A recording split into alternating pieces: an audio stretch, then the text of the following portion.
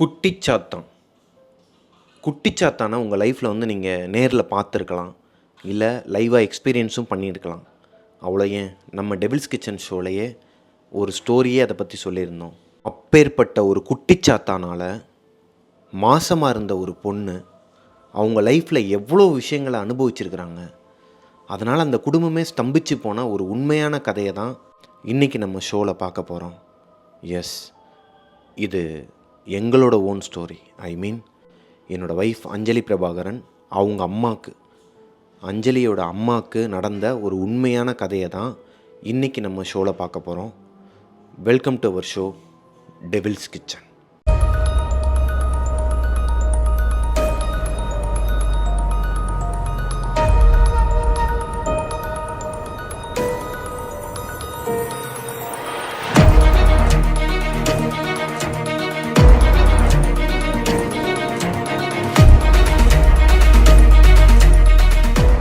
Hello ghosties, நான் உங்களோட பிரபாகரன்.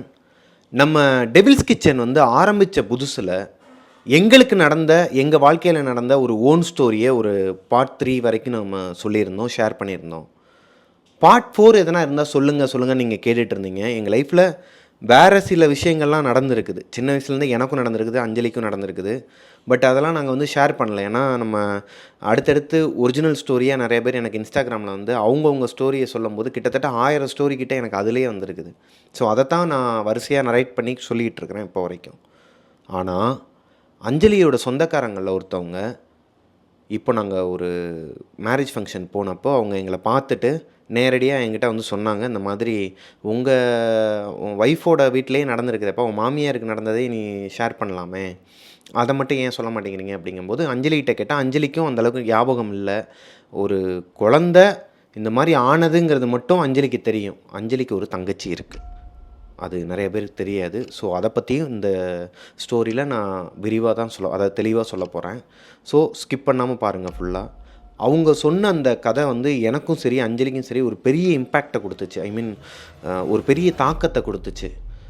என்னடா அது, இவங்க அம்மா இவ்வளோ கஷ்டப்பட்டுருக்குறாங்களா, அப்போ இந்த குட்டிச்சாத்தான் அதெல்லாம் உண்மையா, அது எப்படி இந்த அந்த அந்த அந்த இடத்துல அவங்களால எப்படி அதை டாலரேட் பண்ண முடிஞ்சுன்னு சொல்லிட்டு எங்களுக்கு அஞ்சலிலாம் 2 நாளாக தூக்கமே இல்லை அதை நினச்சி. ஸோ அப்பேற்பட்ட அந்த உண்மையான ஸ்டோரியை அவங்க அத்தை எங்ககிட்ட ஷேர் பண்ணதை தான் இன்றைக்கி நான் உங்ககிட்ட ஷேர் பண்ண போகிறேன்.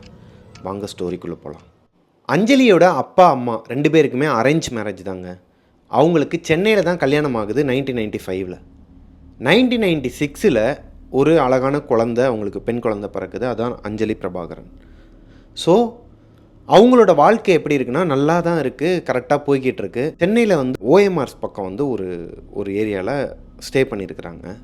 ஸ்டே பண்ணியிருக்கிற இடத்துல அவங்க ஏரியாவை சுற்றியே நிறைய அமானுஷ்யங்கள்லாம் அவங்களுக்கு அடிக்கடி, அதாவது நம்ம பேச்சு வார்த்தையில் கேள்விப்படுவோம் இல்லையா, இந்த இடத்துக்கு போகாதீங்க நைட் நேரத்தில், அங்கே ஏதோ சத்தம் கேட்குது, இந்த பக்கம் போகாதீங்க, அந்த பக்கம் ஏதோ குட்டிச்சாத்தனை பார்த்தான்னு சொல்கிறாங்க. இந்த மாதிரி அவங்க சர்க்கிளில் இருக்கிற, அவங்க வீட்டை சுற்றி இருக்கிறவங்க எல்லாருமே வந்து இவங்களை வந்து வார்னிங் பண்ணிக்கிட்டே இருக்கிறாங்க எப்போ பார்த்தாலும். ஆக்சுவலாக அதுக்கு முன்னாடி நான் ஒரு விஷயத்த சொல்ல மறந்துட்டேன். அஞ்சலி வந்து பிறக்கிறதுக்கு முன்னாடி ஆஃப்டர் மேரேஜ் இவங்க வந்து மாமியார் வீட்டுக்கு வந்துடுறாங்க. யார்? அஞ்சலியோட அம்மா. அவங்க குடும்பம் சின்ன குடும்பம் தாங்க. அஞ்சலியோட அப்பா குடும்பம் சின்ன குடும்பம் தான். அவங்க அம்மா மட்டும்தான் அவங்க கூட இருக்கிறாங்க. அவருக்கு அப்பா இல்லை, இறந்துட்டாங்க. ஸோ இப்போ இவங்க மாமியார், அவங்க ஹஸ்பண்ட், அஞ்சலியோட அம்மா, இவங்க 3 பேர் தான், ஒரு சின்ன குடும்பம் தான் வீட்டில் இருக்கிறாங்க. சென்னையில் ஓஎம்ஆரில் ஒரு பகுதியில் இருக்கிறாங்க. இப்போது இவங்க வாழ்க்கை நல்லா தான் போய்கிட்டு இருக்கு. அவங்க அப்பாவுக்கு ஒரு நல்ல ஒரு வேலை, அவங்க அம்மா வந்து நல்லா பார்த்துக்கிறாங்க வீடை. இருந்தாலும் இந்த மாமியார் மருமகள் சண்டைங்கிறது எந்த வீட்லையுமே ஓயாத ஒரு பிரச்சனையாக இருக்கிறனால இவங்களுக்குள்ளே அடிக்கடி ஒரு வாக்குவாதம் வர ஆரம்பிக்குது. அஞ்சலியோட அம்மாவுக்கும் அவங்க மாமியாருக்கும் வாக்குவாதத்தில் வந்துட்டு அஸ் யூஸ்வல் தனி கொடுத்தனம் போயிடலாம் அப்படிங்கிற பேச்சு வரும்போது, தனி கொடுத்தனா பெரிய விஷயம் இல்லைங்க. அவங்க வந்து 2 வீடு தள்ளி வந்து அவங்க மாமியார் வந்து தனியாக போயிடுறாங்க. இவங்க அப்பாவும் அம்மாவும் தனியாக இருக்கிறாங்க. ஸோ இந்த மாதிரி பக்கத்து வீட்டில் போய் அவங்க குடியிருக்கணும்னு சொல்லிட்டு எல்லா வேலையும் நடந்துகிட்ருக்கிற அந்த நேரத்தில் தான் குடும்பம்னா ஒன்றா தான் இருக்கணும், ஏன் பிரிஞ்சு போகிறீங்கிற வகையில் அவங்க வாமிட் எடுத்து ஒரு குழந்தை அவங்க வயிற்றில் இருக்கிறது அவங்களுக்கு தெரிய வருது. இப்போது வேறு வழியே இல்லை, எல்லோரும் ஒரே வீட்டில் தான் இருந்தாங்கணும். இவங்க எல்லாரையும் ஒன்று சேர்த்து வைக்கிறது இந்த அஞ்சலி பாப்பாங்கிற ஒரு குழந்தை. ஸோ இவங்க ஆஃப்டர் இந்த குழந்தை டெலிவரிக்கு அப்புறமும் இவங்களுக்குள்ள கொஞ்சம் வாக்குவாதம் வந்தது காரணத்தினால தான் இப்போ தனியாக போயிடுறாங்க. யார்? அஞ்சலியோட பாட்டி. அஞ்சலியோட அம்மா அப்பா கை குழந்தையா அஞ்சலியை வச்சுக்கிட்டு இப்போ தனியாக ஒரு வீட்டில் இருக்கிறாங்க. இப்படியே இவங்களோட வாழ்க்கை வந்து நல்லா தான் போயிட்டு இருந்திருக்கு. அந்த ஏரியாவில் எல்லாமே இவங்களுக்கு செட் ஆயிடுச்சு. இவங்களோட லைஃப்பும் நல்லா போயிட்டுருக்கு. ஒரு மாமியார் மருமகள் சண்டை இல்லாமல் அவங்க மாமியாரும் நிம்மதியாக இருக்கிறாங்க, இவங்களும் நிம்மதியாக இருக்கிறாங்க. ஸோ இவங்க அப்பாவும் நிம்மதியாக இருக்கிறாரு அஸ் யூஸ்வல். இவங்க 2 பேரும் நிம்மதியாக இருந்தால் ஹஸ்பண்டும் நிம்மதியாக இருப்பார் இல்லையா? இந்த மாதிரி நிம்மதியான வாழ்க்கையாக அஞ்சலி பாப்பாவோட எல்லா ஏரியாவுக்கும் சுற்றுறது, அவங்களோட ஒரு நல்ல ஒரு லைஃப் வாழ்ந்துட்டு இருந்திருக்காங்க. ஒரு 4 வருஷத்துக்கு அப்புறமா மறுபடியும் அவங்க கன்சீவ் ஆகுறாங்க அஞ்சலியோட அம்மா. இப்போது இவங்க மாசமாக இருக்கும்போது இவங்க மாமியார் கூட இல்லை, இவங்க மாமியாரும் இவங்க கூட இல்லை.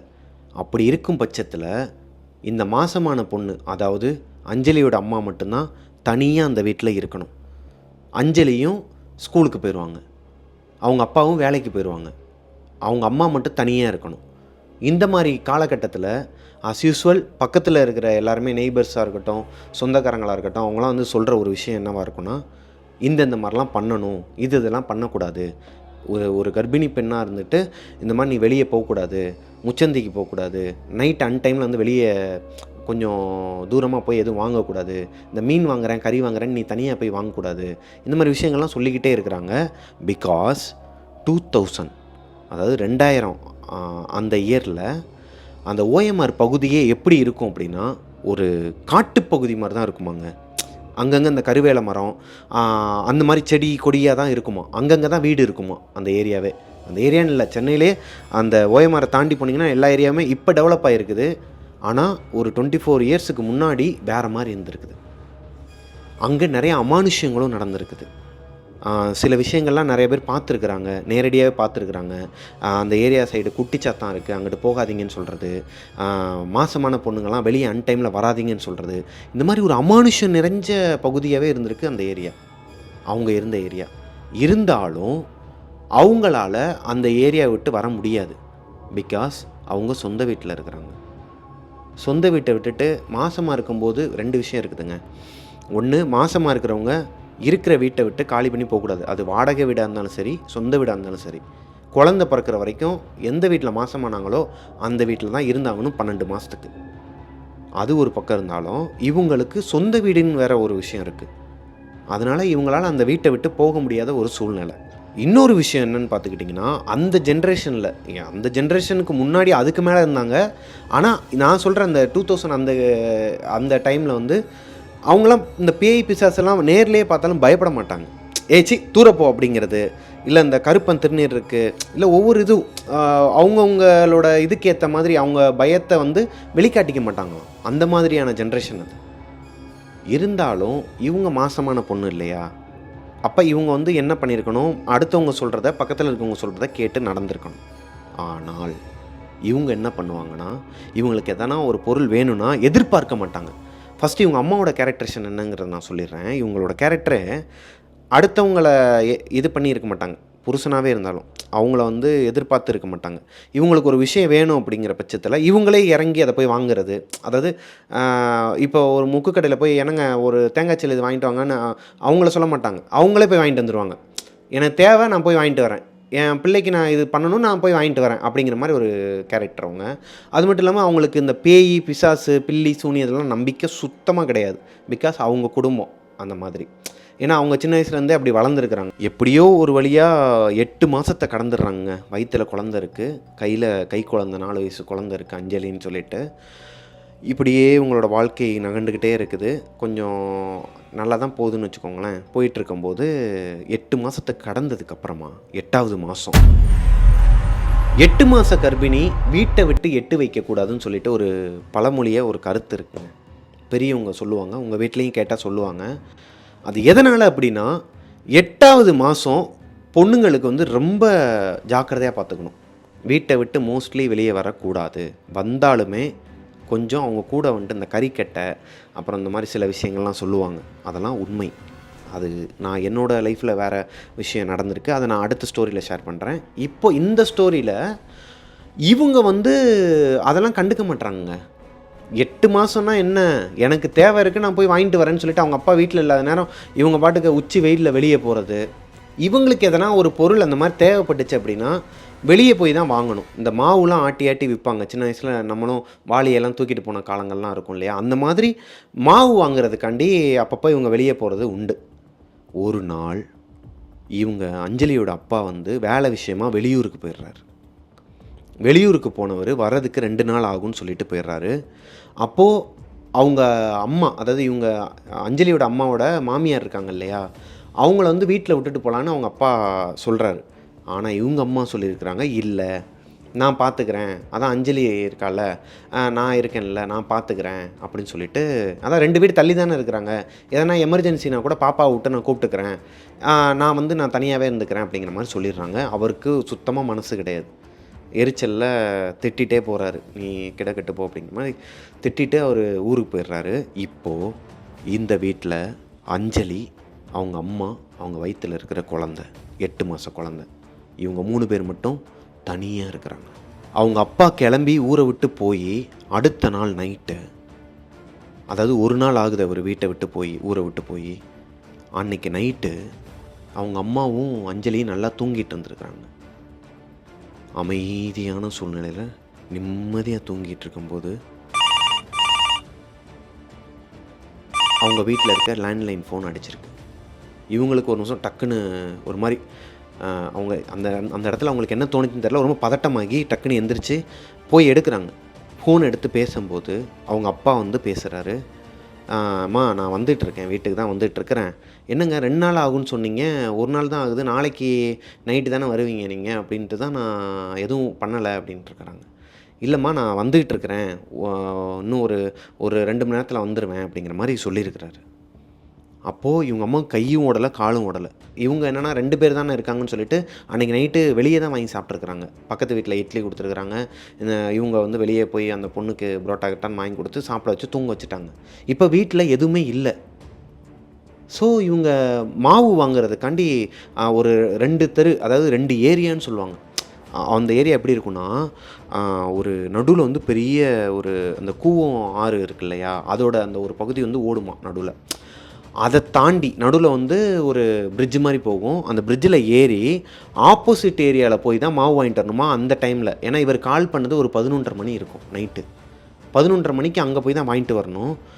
இவங்க ஃபோனை கட் பண்ண உடனேயுமே இவங்க மாமியாரை கூப்பிடலாமான்னு சொல்லிட்டு யோசிச்சுருக்குறாங்க. அப்போ தான் அன்னைக்கு ஈவினிங் தான் அவங்க மாமியாருக்கு வந்துட்டு மூட்டு வலின்னு சொல்லிட்டு இவங்களே தைலம் இவங்ககிட்ட வந்து கேட்டிருக்கிறாங்க, வாங்கி கொடுத்துருக்குறாங்க. அப்போ அவங்கள டிஸ்டர்ப் பண்ண வேணாம் அப்படின்னு சொல்லிட்டு அஞ்சலி பாப்பாவை எழுப்பலான்னு பார்த்தா அது நல்லா தூங்கிக்கிட்டு இருக்குது. சரி தூங்கட்டும் தூங்குற பிள்ளைய வந்து எதுக்கு எழுப்பிக்கிட்டுன்னு சொல்லிட்டு வெளித்தப்பால் போட்டு பூட்டு போட்டு இவங்க வீட்டை விட்டு கிளம்பி அந்த 2வது தெருவுக்கு, அதாவது அந்த 2வது ஏரியாவுக்கு போய் இப்போ மாவு வாங்க போகிறாங்க நைட்டு 11:45. ஸோ வீட்டில் பூட்டை போட்டு இப்போ வீட்டிலேருந்து வெளியே கிளம்புற அஞ்சலியோட அம்மாவுக்கு திடீர்னு வயிற்றில் குழந்தை ஓங்கி மிதிச்சிருக்குதுங்க. ஓங்கி மிதிச்சோன்னே அவங்களால அந்த வலியை டாலரேட் பண்ண முடியாதுன்னு சொல்லுவாங்க. இந்த மாசமாக இருக்கவங்களுக்கு தெரியும், குழந்தை திடீர்னு ஒரு மிதிச்சிச்சின்னா ஒரு மாதிரி உசுரே போகிற மாதிரி ஒரு வலி வரும். அதில் உட்காந்துடுறாங்க. அவங்களுக்கு வந்து ஏதோ சகுனம் சரியில்லையா, இல்லை குழந்தை வேறு இப்படி உதைக்குதே, நம்ம வெளியே போகலாமா வேணாமா அப்படிங்கிற மாதிரி அந்த ஒரு செகண்டு ஒரு தாட்டு வருதுங்க. அதை மீறியும் மாவு வாங்கணும். அது போக இந்த குழந்தை உள்ளே தூங்கிட்டு இருக்கு இல்லையா அஞ்சலி பாப்பா, அவங்களுக்கு காலையில் ஸ்கூலுக்கு வந்து தோசை சுட்டு தரதுக்கும் மாவு இல்லை. ஸோ அதையும் மறந்துட்டாங்க. எப்படினாலும் இப்போ இவங்க அப்பா கால் பண்ணலனாலுமே இவங்க அன்டைமில் எந்திரிச்சிருந்தாங்கன்னா 1 மணி வரைக்கும் அந்த கடை இருக்குன்னு தெரியும், அந்த வீட்டில் வந்து கொடுப்பாங்கன்னு தெரியும். இவங்க எப்படினாலுமே போகிறது உறுதி தான் வெளியே. ஸோ கொஞ்சம் நேரம் அங்கேனே உட்காந்து தண்ணி குடிச்சிட்டு அங்கேருந்து கிளம்புறாங்க. கிளம்பும்போது அவங்க காலில் வந்து தடுக்குது. வெளியே அந்த நிலக்கதவுன்னு சொல்லுவாங்க இல்லையா, அவங்க வீட்டுக்கு வெளியே வந்துட்டாங்க அப்படின்னா ஒரு பழைய இதிலலாம் பார்த்துருப்பீங்க, ஒரு நிலக்கதவும்பாங்க. வீட்டை தாண்டி வெளியே வரும்போது அந்த ஏரியாவிலேருந்து ஒரு நிலக்கதவு மாதிரி வச்சுருப்பாங்க, கல்லில் இல்லை மணல்லையே செஞ்ச அந்த இது மாதிரி இருக்கும். அந்த இடத்துல தடுக்குது உங்களுக்கு கால்.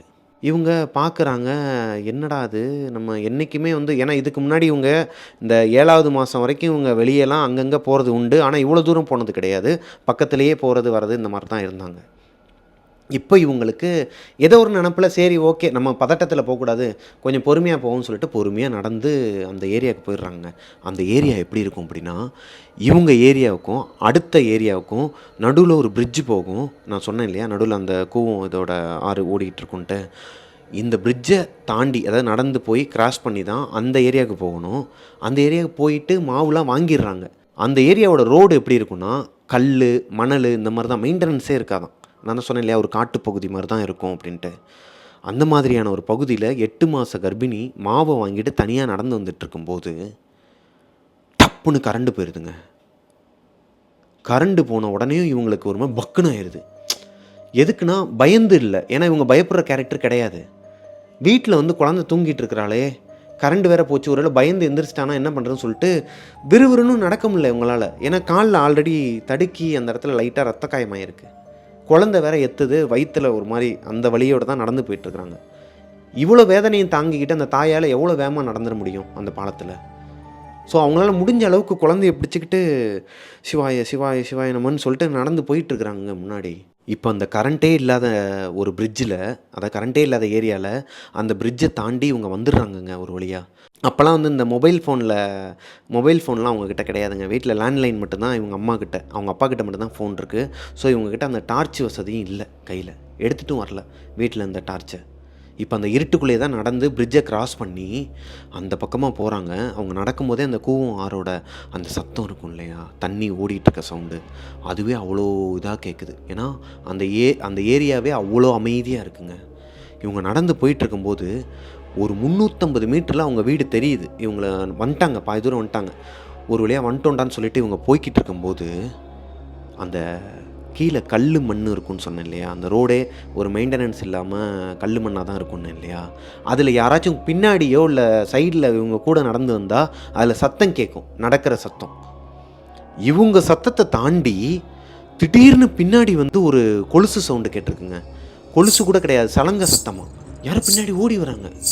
இவங்க ஒரு அடி எடுத்து வச்சா அவங்க 2 அடி எடுத்து வச்சு அப்படியே குலுக்குனா, உடம்பே குலுக்குனா ஒரு சத்தம் கேட்கும் இல்லையா, காலில் சலங்க இருந்துச்சுன்னா அந்த சத்தம் கேட்டிருக்கு. இவங்களுக்கு நல்லா தெரியும் அந்த ஏரியாவில் யாருமே இல்லை, யாருமே சலங்கை கட்ட மாட்டாங்க. கொலுசுக்கும் சலங்கைக்கும் வித்தியாசம் இருக்குது. இவங்க மறுபடியும் ஒரு 2 அடி எடுத்து வைக்கிறாங்க, பின்னாடி ஒரு கொலுசு, அந்த சலங்கை சத்தம்.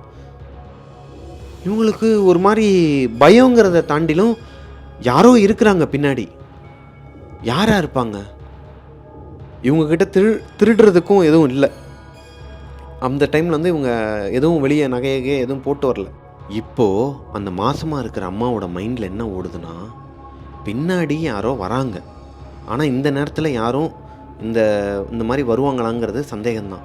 சலங்கை கட்டிக்கிட்டு திடீர்னு அவங்க அந்த யோசிச்சுட்டு இருக்கும்போதே அவங்க அந்த கிராஸ் பண்ணி வந்தாங்க இல்லையா, அந்த ஏரியாவிலேருந்து அந்த பிரிட்ஜை தாண்டி அங்கிட்டு இருக்கிற நாய்ங்க எல்லாம் கத்துதுங்க, ரொம்ப கத்துதுங்க.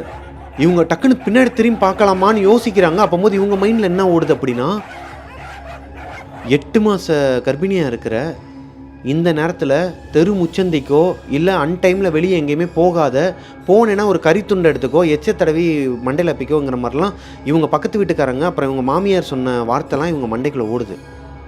இப்போ குழந்தை வேற ஒரு மாதிரி பிஹேவ் பண்ணுது வயிற்றில். இந்த குழந்தை வயிற்றில் இருக்கும்போது பயந்துச்சுங்கன்னா நம்மளால் அம்மாவால் கண்டுபிடிக்க முடியுங்க குழந்தையோட மூமெண்ட்டை. அந்த குழந்தை எப்படி பண்ணுதுன்னா ஒரு மாதிரி பயந்த மாதிரி, ஒரு மாதிரி உள்ளுக்குள்ளே ஊறுற மாதிரி இவங்களுக்கு ஃபீல் ஆகிருக்குது. இப்போ தான் இவங்களுக்கு பயம் ஆரம்பிக்குது குழந்தை மேலே. ஒருவேளை உண்மையாகவே அவங்களாம் சொல்கிற மாதிரி எதனா அமானுஷம், ஒரு குட்டிச்சாத்தான் எதனா இருக்குதோ, யாராக இருக்கும் பின்னாடின்னு சொல்லிட்டு அவங்க எல்லாருமே சொன்ன அந்த கதையெல்லாம் சொல்கிறாங்க இல்லையா, இந்த மாதிரி வெளியே போகாத, இந்த மாதிரிலாம் இருந்துக்கும்னு சொல்கிறவங்க சொன்ன ஒரு மெயினான பாயிண்ட்டு, பின்னாடி மட்டும் திரும்பி பார்த்துறாத அப்படிங்கிறது. அதுதான் இப்போ இவங்க மண்டையில் ஓடிக்கிட்டு இருக்கு. எப்படியாவது நம்ம வீட்டுக்கு ஓடிடணும். இன்னொரு 350 மீட்டர் தான், நடுவில் வேறு ஒரு வாய்க்கால் வேறு போகும். என்னென்னா அந்த வாய்க்காலில் தான் இவங்க துணி துவைக்கிற, அந்த ஏரியாவில் துணி துவைக்கிறது, அப்புறம் அவங்களோட அந்த தண்ணி எல்லாமே அப்படியே போய் அந்த கூவத்தில் கலக்கிற மாதிரி ஒரு கனெக்ஷன். அந்த நம்ம சின்ன வயசுலலாம் பார்த்துருவோம், வாய்க்கால் இருக்கும் எல்லா ஏரியாலுமே. அதை கிராஸ் பண்ணி தான் இவங்க போகணும். அதை கிராஸ் பண்ணிட்டாங்கன்னா இவங்க வீடு பக்கம்தான். எப்படியாவது அதை கிராஸ் பண்ணிடணும்னு சொல்லிட்டு தூரமாக வந்து பார்த்துட்டு வேகமாக நடக்கிறாங்க. வேகமாக அந்த சலங்க சத்தம் கேட்குது இவங்களுக்கு பின்னாடி. இவங்களால முடிஞ்ச அளவு வேகமாக நடந்து போக ஆரம்பிக்கிறாங்க. இவங்க வேகமாக நடக்க ஆரம்பித்ததுக்கப்புறமா அந்த சலங்க சத்தமும் வேகமாக கேட்குது. இவங்க பின்னாடி செல் செல் செல் நெல்லு அப்படிங்கிற மாதிரிலாம் ஒரு மாதிரி சத்தம் கேட்குது இவங்களுக்கு. இந்த சத்தத்தை கேட்ட உடனேயும் இவங்க கன்ஃபார்மே பண்ணிடுறாங்க, பின்னாடி ஏதோ ஒரு அமானுஷம் தான் வருது அப்படிங்கிறது. நம்பிக்கையே இல்லாத ஒருத்தவங்களுக்கு இந்த சத்தங்கள்லாம் கேட்கும்போது ஒரு பயம் வந்துச்சுன்னா அது சொல்கிறதுக்கு வார்த்தையே கிடையாதுங்க. வயிற்றில் குழந்தை இருக்கும்போது படபடப்பாக வந்திருக்கு. அதோட வேகமாக நடந்து போகிறப்போ ஒரு நாய் ஸ்ட்ரீட் டாக்கு முன்னாடி படுத்திருந்துருக்கு. இவங்க வேகமாக நடந்து வரதை பார்த்துட்டு எந்திரிச்சிருக்குது. எந்திரிச்சது இவங்கள தானே பார்த்துருக்கணும், இவங்கள பார்க்கல, இவங்களுக்கு பின்னாடி பார்த்துருக்கு. பார்த்துட்டு இந்த நாய்ங்கெல்லாம் ஒரு விஷயத்த ஒரு அமானுஷ்யமாகவோ ஒரு பேட் நெகட்டிவான ஒரு விஷயத்த பார்த்துட்டாங்கன்னா, ஒரே ஒரு நாய் மட்டும் தனியாக இருக்குது அப்படின்னா அது என்ன பண்ணும் அப்படின்னா குலைக்கிறதுக்கு ஒரு சவுண்டு கொடுக்கும், லைக் வெறியாகிற மாதிரி.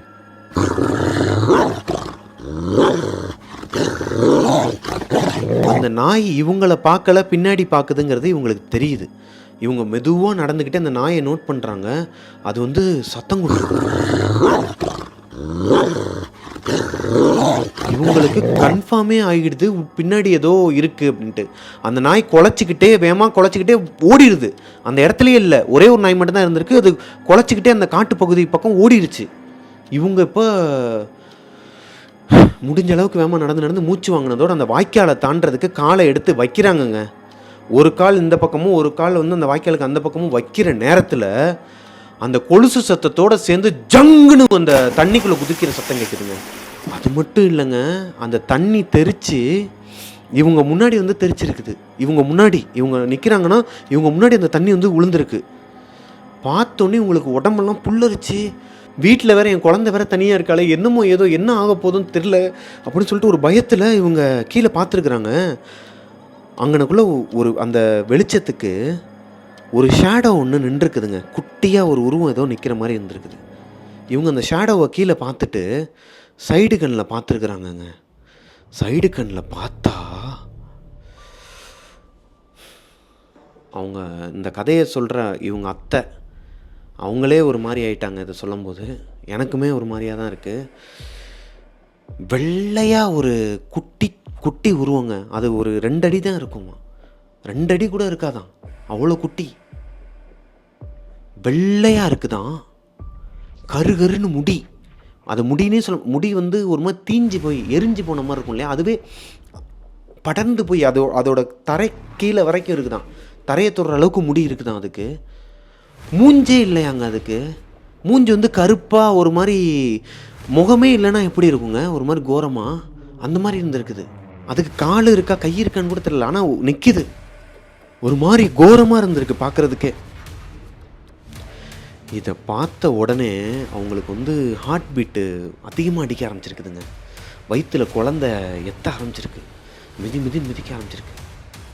இவங்க அதோடு அங்கேருந்து எப்படியாவது வீட்டுக்கு போயிடணுங்கிற அந்த ஒரு மனசை தடைப்படுத்திக்கிட்டு அங்கேருந்து நடந்து முடிஞ்ச அளவுக்கு வேகமாக நடந்துருக்குறாங்க.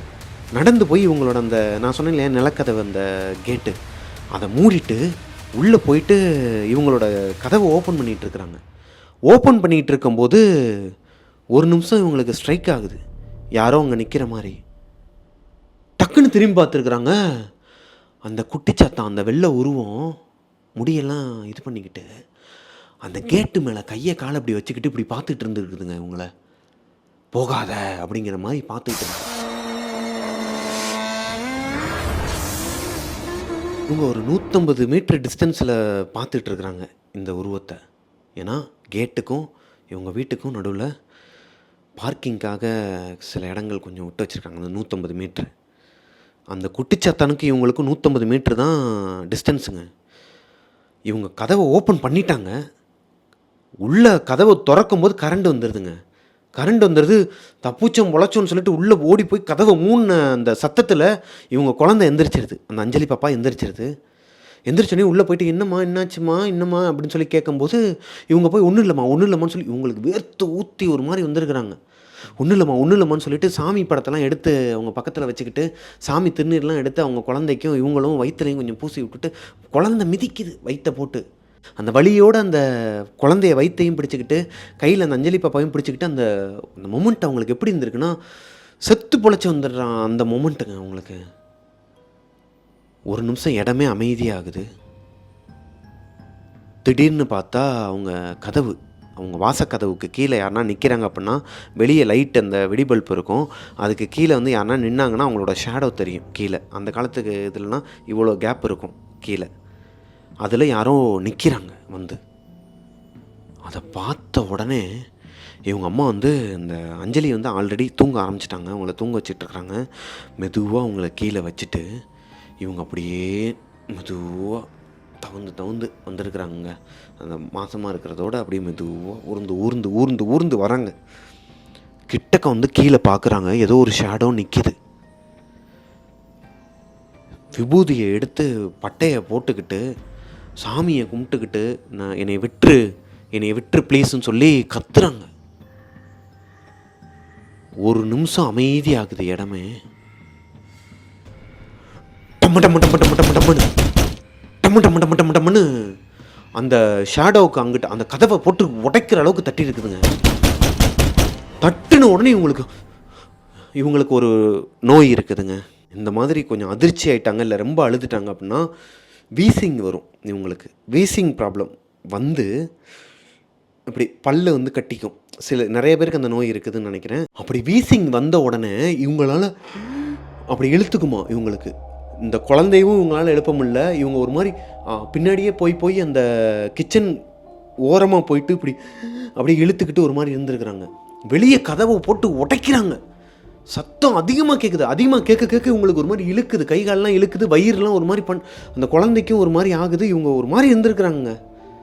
இந்த டம்மு டம்மு டம்முன்னு அடிக்கிற சத்தத்தில் அந்த அஞ்சலி பாப்பா எந்திரிச்சு அம்மா என்னம்மா யாருமா அது, வெளியே யாருமா அப்படின்னு சொல்லிட்டு வெளியே போய் கதவை ஓப்பன் பண்ணா அவங்க அப்பா தான் வந்திருக்கிறாரு. அவங்க அப்பாவுக்கு வந்து அர்ஜென்ட்டாக பாத்ரூம் வந்திருக்கு. அதனால தான் குடுக்குடுன்னு ஓடி வந்து கதவை போட்டு தட்டியிருக்கிறாரு. அவர் பேசியிருக்கிறாரு, வெளியே இருந்து அவர் கத்திருக்கிறாரு. இவங்களுக்கு மட்டும்தான் அந்த சத்தம் கேட்கல. யார்? இவங்க அம்மாவுக்கு. இந்த குழந்தைக்கு அவங்க அப்பா சத்தம் கேட்டு தான் எந்திரிச்சே வந்திருக்குது. கதவு தட்டுற சவுண்டும் அவங்க அம்மா வந்து அவங்க அப்பா திட்டுற சவுண்டும். ஏன்னா அவங்க அப்பா வந்து என்ன சொல்லியிருக்கிறாரு அப்படின்னா, கதவை தரடி, நான் தாண்டி, என்னடி எதுக்கடி கத்துற, எதுக்கடி ஒரு மாதிரி திறக்கவே மாட்டேங்கிறேன். ஏன்னா அவங்க அப்பாவுக்கு தெரிஞ்சிருக்கு இவங்களுக்கு உள்ள ஏதோ சம்திங் நடக்குது, வந்து திறந்து தொலை அப்படின்னு சொல்லி கூப்பாடு போட்டிருக்கிறாரு வெளியே. ஸோ அந்த சத்தத்தில் தான் இந்த அஞ்சலி பாப்பாவையும் எந்திரிச்சு போய் கதவை ஓப்பன் பண்ணியிருக்குது. இப்போ உள்ளே வந்து அவங்க அப்பா பார்த்தா அவங்க அம்மாவை காணோம். இப்போ அவங்க அம்மாவை காணும்னு சொல்லி 2 பேரும் தேடிட்டு இருக்கும்போது அந்த கிச்சனை ஒட்டி உள்ளுக்குள்ளே ஒரு அந்த பொருள்லாம் வைக்கிற இடம் இருக்கும் இல்லையா, அதுக்குள்ளே போயிட்டு ஒரு மாதிரி உட்காந்துருக்குறாங்க. அமானுஷ்யமாக எதையோ பார்த்த மாதிரி அரண்டு போய் ஒரு மாதிரி கை காலெலாம் இழுத்துக்கிட்டு ஒரு மாதிரி இருந்துருக்குறாங்க.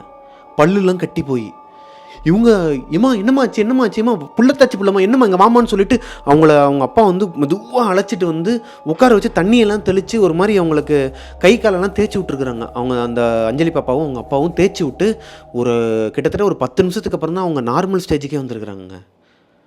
வந்த உடனே இவங்க அப்பா கேட்டிருக்கிறாரு, என்னடி ஆச்சு, ஏண்டி இந்த மாதிரி பண்ணிகிட்டு இருக்கிற, நான் கதவை தட்டிக்கிட்டே இருக்கிறேன், நீ திறக்கவே மாட்டேங்கிற, என்னமோ எதுன்ட்டு தான் நான் ரொம்ப அதிகமாக தட்டி பாப்பாவை பேரை சொல்லி கூப்பிட்டேன்னு பாப்பா வந்து கதவை திறந்துச்சு, என்னாச்சு உனக்கு, ஏன் இப்படிலாம் பிஹேவ் பண்ணுறேன்னு சொல்லி கேட்கும்போது இவங்க சொல்கிறாங்க, என்னங்க இந்த மாதிரி ஒரு உருவம் என்னை ஃபாலோ பண்ணுச்சு, குட்டிச்சாத்தான் நான் பார்த்தேன் அப்படின்னு சொல்லிட்டு அதோட உருவத்தோட இதெல்லாம் சொல்கிறாங்க.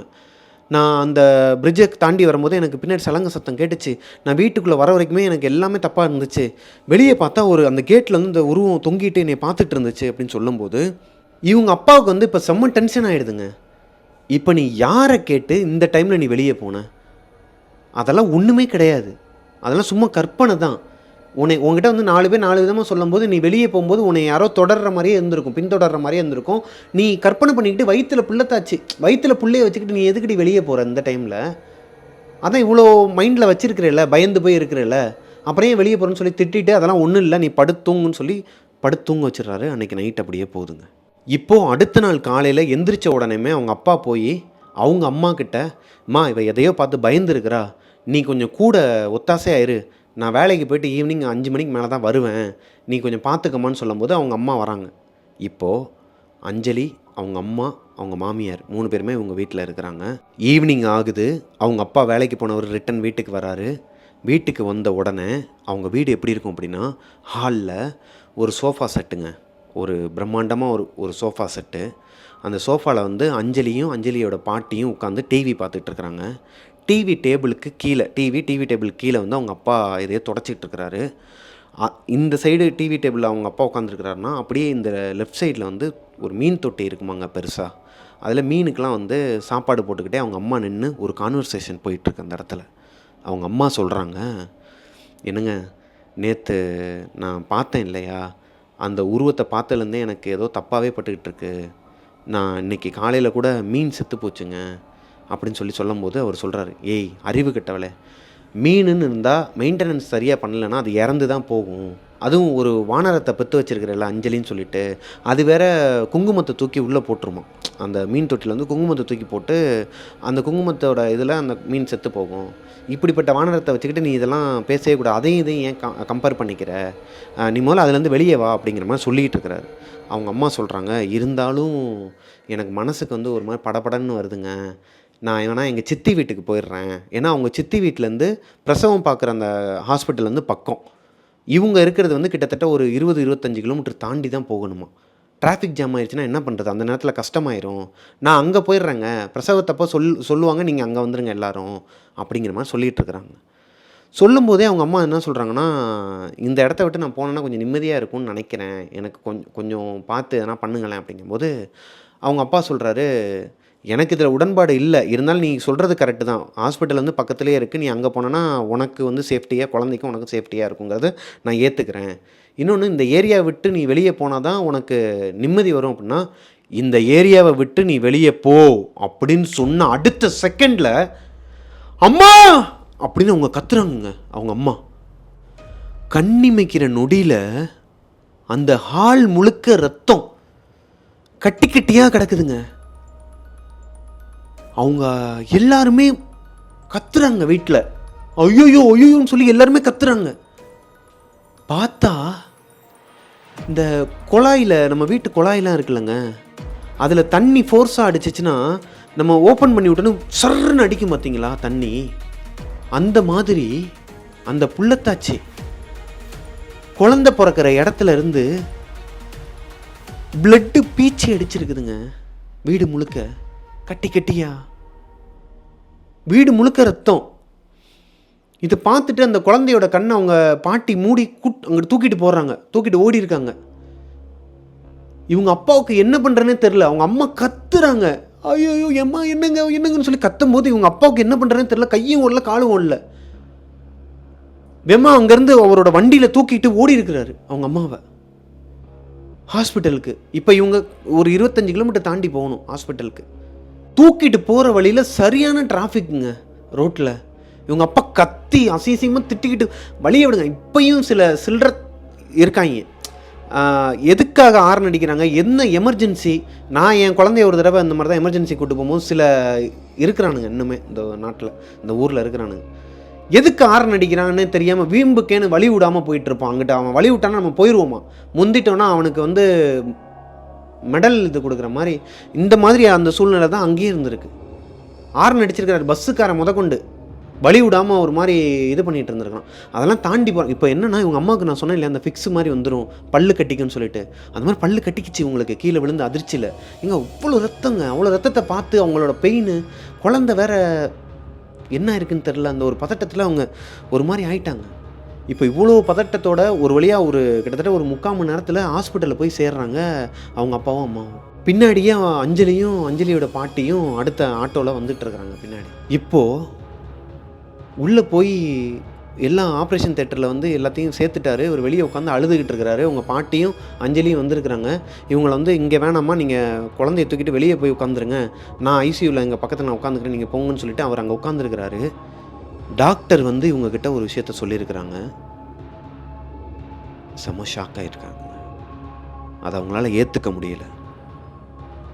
இப்போ தான் அவங்க அப்பாவுக்குமே அவங்க அம்மா சொன்னது உண்மை, ஏதோ நடந்திருக்குங்கிறது புரிய வருது. டாக்டர் என்ன சொல்லியிருக்காங்க அப்படின்னா, இவங்க எங்கேயும் கீழே விழுந்தாங்களா, இல்லை இவங்க வயிற்றில் யாராச்சும் எட்டி உதைச்சாங்களா, இந்த ரெண்டில் ஏதாச்சும் ஒன்று நடந்திருந்தால் தான் இப்படி ஆயிருக்கும். இவருக்கு என்ன சொல்கிறதுன்னு தெரில. ஏன்னா யாருங்க புள்ளத்தாச்சி வயிற்றில் குத்துனது, யாருங்க புள்ளத்தாச்சி கீழே விழுந்திருந்தாங்கன்னா அவங்க சொல்லியிருப்பாங்களே. மீன் செத்து போனதையே ஹஸ்பண்ட் கிட்ட சொல்கிறவங்க அவங்க அம்மாவும் சொல்லியிருப்பாங்கள்ல, இவங்க அப்பாவோட அம்மாவும் சொல்லியிருப்பாங்கள்ல. ஸோ இவருக்கு ஒன்றுமே புரியலை. அப்போம்போது சொல்கிறாங்க, நான் அம்மாவை காப்பாற்றிட்டோம், குழந்தை வந்து அண்டர் வெயிட்டில் இருக்கிறாங்க, ரொம்ப கம்மியான வெயிட்டில் இருக்கிறாங்க, உத்தரவாதம் கொடுக்க முடியாது, நீங்கள் சைன் பண்ணுங்கன்னு சொல்லி ஒரு பேப்பரில் சைன் கேட்குறாங்க. இப்போ இவர் அழுகிறாரு. நான் எப்படிங்க, எனக்கு என்னன்னு எனக்கு புரியலைங்க, எனக்கு என்ன சொல்கிறேன்னே தெரியலை, நீங்கள் எனக்கு கொஞ்சம் டைம் கொடுங்கன்னு சொல்லிட்டு இவர் உட்காந்துடுறாரு. அப்படியே அழுதுகிட்டு இருக்கிறாரு. உட்காந்து அழுதுகிட்டு இருக்கிறப்போ சைடில் நர்ஸு வந்து நின்று, சார் குழந்த சார் அப்படின்னு சொல்லி கொடுக்குறாங்க. பெண் குழந்தை, அண்டர் வெயிட்டில் ஒரு பெண் குழந்தை பிறந்திருக்குது. அந்த குழந்தை எப்படி இருக்குன்னா எலும்பும் தோலுமா ஒரு மாதிரி, அதாங்க அண்டர் வெயிட்னால் உங்களுக்கு புரியும், ரொம்ப வெயிட் கம்மி, 1.5 கிலோவுக்கும் கம்மின்னு வச்சுக்கோங்களேன். அப்படி இருக்கக்கூடாது குழந்தை. கண்ணாடி பெட்டியில் வச்சுருவாங்க, இல்லை அந்த பாட்டிலில் வச்சு கொஞ்சம் இது பண்ணி அதுக்கப்புறம் தான் கொடுப்பாங்க. அந்த குழந்தையோட வளர்ச்சி இன்னும் கம்ப்ளீட் ஆகலைன்னு அர்த்தம். ஸோ அதை கையில் கொடுத்தோன்னே இந்த மனுஷனுக்கு எப்படிங்க இருக்கும்? அழுது ஒரு மாதிரி ஆயிட்டார் இவர். குழந்தைய தூக்கி அவங்ககிட்டே கொடுத்துட்றாரு. நீங்கள் தயவு செஞ்சு எப்படியும் காப்பாற்றிடுங்க என் குழந்தைன்னு சொல்லி கெஞ்சி கதறாரு இந்த நர்ஸுக்கிட்டேயும் டாக்டர்கிட்டையும். ஸோ அவங்க குழந்தைய எடுத்துகிட்டு போயிடுறாங்க. இப்போ இங்கே இந்த டாக்டர் சொன்னது எதுவுமே அவங்க அம்மாவுக்கு தெரியாது. அவங்க ஆப்ரேஷன் தேட்டரில் மயக்கமாகி இருக்கிறாங்க. இப்போ எல்லாமே முடிஞ்சதுக்கப்புறமா அவங்க அம்மாவை போய் அவங்க அப்பா பார்க்கும்போது அவங்க அழுதுகிட்டே மயக்கத்துலேருந்து எந்திரிக்கிறவங்க சொல்கிறாங்க ஒரு வார்த்தை, நம்ம பேசிகிட்டு இருந்தபோது யாரோ என்னை ஓங்கி வயிற்றுலே குத்துன மாதிரி இருந்துச்சு மாமா அப்படின்னு இருக்கிறாங்க. நல்லா நோட் பண்ணிக்கோங்க. டாக்டர் சொன்னது யாராச்சும் இவங்க வயிற்றில் எத்திருந்தாலோ இல்லை குத்திருந்தாலோ இல்லை இவங்க கீழே விழுந்துட்டு இருந்தாலோ தான் இந்த மாதிரி நடந்திருக்கும். மற்றபடி அந்த குழந்தை ஏன் இப்போ இந்த மாதிரி இந்த பிளட்டு வந்து எதுக்காக அங்கே லீக், இந்த மாதிரி ஒரு விஷயமே நடக்காதுங்கிறாங்களாம். இந்த மாதிரி ஒரு விஷயம் நான் பார்த்ததே கிடையாது என்னோடய மெடிக்கல் கரியரில். இது வாய்ப்பே கிடையாது. இது ஏதோ தப்பாக இருக்குது, நீங்கள் எல்லோரும் சேர்ந்து எதனா குடும்ப சண்டையில் எதனா இதாச்சா அப்படிங்கிற மாதிரிலாம் கேட்டிருக்கிறாங்க. இப்போ இவங்க அப்பாவுக்கு தூக்கி போடுதுங்க. டாக்டர் சொன்னதை இவங்க கேட்கல, இவங்க அம்மா கேட்கல. ஆனால் கரெக்டாக சொல்கிறாங்க ஏதோ ஒன்று வயிற்றில் குத்துச்சு அப்படின்னு சொல்லிட்டு. அது ஒன்றும் இல்லைம்மா, ஏன்னா இவங்க சும்மாவே நொந்து ஒரு மாதிரி ஆகிருக்கிறாங்க. இவர் தான் இப்போ ஆறுதல் சொல்லணுங்கிறனால அண்டர் வெயிட்டில் இருந்தனால பிளட்டெலாம் லீக் ஆகி இந்த மாதிரி நிலைமைக்கு நீ வந்திருக்கிற, ஒன்றும் ஆகாது, உனக்கு ஒன்றும் ஆகலை, குழந்தைக்கும் ஒன்றும் ஆகாது, இந்த மாதிரி பாக்ஸில் வச்சுருக்குறாங்க உள்ளே, நாளைக்கு வந்துடுவான் நம்மக்கிட்ட, பெண் குழந்தை தான் பிறந்திருக்குன்னு சொல்லி சொல்லும்போது அவங்களுக்கு கொஞ்சம் நிம்மதியாகுது.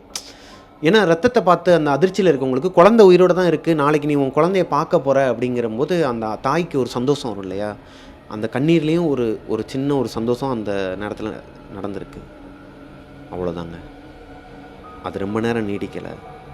நைட்டு சொல்லி தூங்க வச்சிடறாரு. அடுத்த நாள் காலையில் ஒரு அதிர்ச்சியான தகவல் அவங்களுக்கு வருது. அந்த குழந்தை இறந்துருது. அந்த குழந்தையை காப்பாற்ற முடியல ஹாஸ்பிட்டலில். அஞ்சலியோட தங்கச்சி பிறந்து இறந்துட்டாங்க. ஸோ ஹாஸ்பிட்டலில் ஒரு 3 நாள் தங்கியிருக்கிறாங்க. அங்கேருந்து வீட்டுக்கு ரிட்டன் வரதுக்குள்ளேயே இவங்க அப்பா வந்து இந்த சொந்த வீடை விற்கிறதுக்கு உண்டான எல்லா வேலையும் பார்த்துடுறாரு. அந்த ஏரியாலேயே அவங்க ஃப்ரெண்ட்ஸுக்கிட்டேயே அந்த வீடை சேல் பண்ணிவிட்டு அந்த காசில் அந்த ஏரியாவிலேருந்து கொஞ்சம் தூரமாக வேறு ஒரு ஏரியாவில் வீடு வாங்கிட்டு இவங்க எல்லோரும் அங்கே போயிடுறாங்க. அதுக்கப்புறம் இவங்க கொஞ்ச நாள் அதுலேருந்து வெளியே வர்றதுக்கு இப்போ வரைக்குமே வரலங்க. அவங்க இறந்துட்டாங்க. அஞ்சலியோட அப்பா அம்மா 2 பேருமே உயிரோடு இப்போ கரண்ட்டில் இல்லை. அஞ்சலிக்கு வந்து இப்போ வரைக்குமே இந்த விஷயம் வந்து மண்டையில் ஒரு மாதிரி ஓடிக்கிட்டே இருக்குங்க. இத்தனை நாளாக இது ஒரு அமானுஷ்யங்கிறது அவளுக்கும் தெரியாது, எனக்கும் தெரியாது. ஏன்னா அந்த 4 வயசு குழந்தையோட மனசில் நம்ம சின்ன வயசில் இந்த மாதிரி அதிர்ச்சி தர மாதிரி ஒரு விஷயம், ஒரு பிளட்டு வீட்டுக்குள்ளேயே வந்து ரத்தம் கிடக்கிறது, இந்த மாதிரி விஷயங்கள்லாம் பார்த்த ஒரு குழந்தையால் அதை மறக்க முடியாது. அதோட ஆள் மனசில் அது இருக்கும். ஏன்னா அவங்க அப்பாவும் அஞ்சலியும் அவங்க அப்பாவும் தான் அவங்க அம்மா வந்து ஹாஸ்பிட்டலில் விட்டுட்டு அந்த குழந்தை வந்து இருக்குன்னு இல்லையா பெட்டியில் வச்சுட்டு அன்றைக்கி நைட்டு வந்து அவங்க அம்மா கூட வந்து அவங்க பாட்டி தான் இருந்திருக்கிறாங்க ஹாஸ்பிட்டலில். அவங்க அப்பாவும் அஞ்சலியும் வீட்டில் வந்து அந்த பிளட்டெல்லாம் அவங்க தான் க்ளீன் பண்ணி எடுத்துருக்குறாங்க. இந்த சம்பவம் வந்து இவளால் மறக்கவே முடியாதுங்க. ஆனால் இவளுக்கு ஃபுல்லாக தெரியாது. நாங்கள் தெரிஞ்சுக்கிட்டதே இப்போ ஒரு 2 நாளைக்கு முன்னாடி தான் எங்களுக்கே தெரியும் என்ன நடந்துச்சு அப்படிங்கிறத. இந்த ஸ்டோரி உங்களுக்கு பிடிச்சிருக்குன்னு நினைக்கிறேன். பிடிச்சிருந்ததுன்னா லைக் பண்ணிடுங்க. மிஸ்டர் பிரபாகரன் யூடியூப் சேனலை சப்ஸ்கிரைப் பண்ணிடுங்க. பக்கத்தில் இருக்க பெல் ஐக்கானை தட்டி வச்சுக்கோங்க. இதே மாதிரி இன்னும் கிட்டத்தட்ட ஒரு 4 ஸ்டோரி கிட்ட எங்கள் ஃபேமிலியில் நடந்ததே இருக்குது. அதைத்தான் அடுத்தடுத்து நான் நம்ம ஷோவில் சொல்ல போகிறேன், ஷேர் பண்ண போகிறேன். சொல்ல போகிறேங்கிறத விட ஷேர் பண்ணிக்க போகிறேன். பாய்ங்க.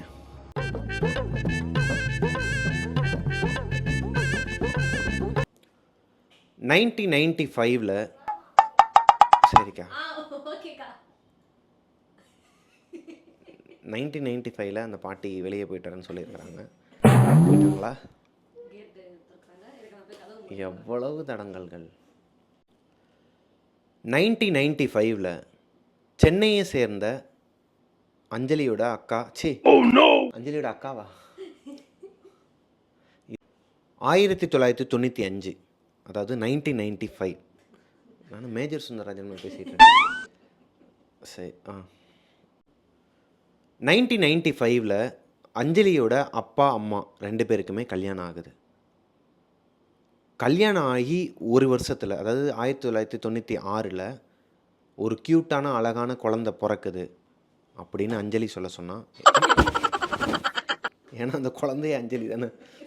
இதெல்லாம் உங்கள் அத்தை இப்படி சொல்லலையே, உங்கள் அத்தையே செருப்பை கழட்டி அடிக்கிறாங்க, ஒழுங்காக சொன்னது மட்டும் சொல்கிறான்ட்டு. அழகான குழந்தை போங்கிட்டு. அஞ்சலியோட அப்பா அம்மா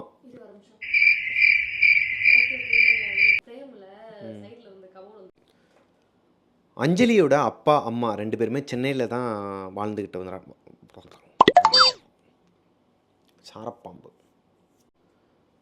இவங்களுக்கு ஆஃப்டர் மேரேஜ், அதாவது அஞ்சலி பிறக்கிறதுக்கு முன்னாடியே அரேஞ்ச் மேரேஜ்னு சொன்னேன் இல்லையா, மேரேஜ் ஆகி வந்தப்போ அஞ்சலியோட பாட்டி, அதாவது அஞ்சலி அப்பாவோட அம்மா இருக்காங்கள்ல, அவங்க 2 பேர் தான் ஆக்சுவலாக அவங்க வீட்டில். இப்போது இவங்க வீட்டில் இருந்து வரவங்க வந்து அதுக்கு முன்னாடி, அதாவது அஞ்சலி பிரபாகரன் பிறக்கிறதுக்கு முன்னாடி இவங்க வீடு எப்பேற்பட்டதுங்கிறத நான் சொல்லிடுறேன். இவங்க வந்து ஆஃப்டர் மேரேஜ் இவங்க தனி குடித்தனம் வந்துடுறாங்க, அதாவது மாமியார் வீட்டுக்கு வந்துடுறாங்க இவங்க அம்மா. மாமியார் வீட்டில் வந்து யார் யார் இருக்காங்க அப்படின்னா, இவங்க அப்பாவுக்கு வந்து இவங்க அம்மா மட்டும்தான், வேறு யாருமே சொந்தம் எல்லாம் ஊரில் தான் இருக்கிறாங்க. இவங்க குடும்பம் வந்து பெரிய குடும்பம் கிடையாது, இவங்க அம்மா மட்டும்தான் கூட இருக்கிறாங்க அப்பா கூட. ஸோ இப்போ அஞ்சலியோட அம்மா, அவங்களோட அப்பா, அப்பாவோட அம்மா, இவங்க 3 பேர் பாவம் அவரே கன்ஃபியூஸ் ஆகிட்டார்.